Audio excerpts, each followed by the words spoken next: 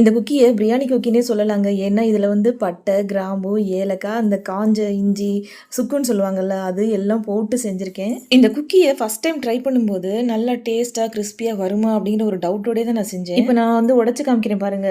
நல்லா லைட்டாக பிரேக் பண்ணாலே நல்லா உடையுது பாருங்க. நல்லா சூப்பராக கிறிஸ்பியாக இருக்குது. மற்ற குக்கீஸ்லாம் வந்து பேக் பண்ணி எடுக்கிற மாதிரி தான் இதையும் நான் வந்து செஞ்சுருந்தேன். இதில் மற்ற பொருள்லாம் என்னென்ன சேர்த்துருக்கேன் அப்படின்னாக்க, பாதாம், முந்திரி, பிஸ்தா, ஏலக்காய், காஞ்ச திராட்சை, செரி பழம், அப்புறமா வந்து பேரிச்சம்பழம், இது எல்லாமே வந்து சேர்த்து நான் செஞ்சுருக்கேன்.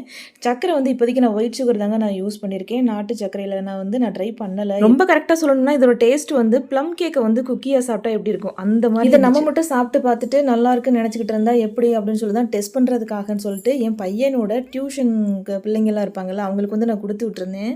சாப்பிட்டு பார்த்துட்டு எல்லாருக்குமே ரொம்ப ரொம்ப நல்லா இருக்குன்னு சொல்லியிருக்காங்க. அவங்க டியூஷன் மிஸ்ஸும் வந்து என்கிட்ட 1/4 kg வந்து ஆர்டரும் பண்ணியிருக்காங்க. உங்களுக்கும் இந்த குக்கீஸ் வேணும் அப்படின்னா ஸ்க்ரீனில் தெரிகிற நம்பருக்கு வாட்ஸ்அப் பண்ணுங்கள்.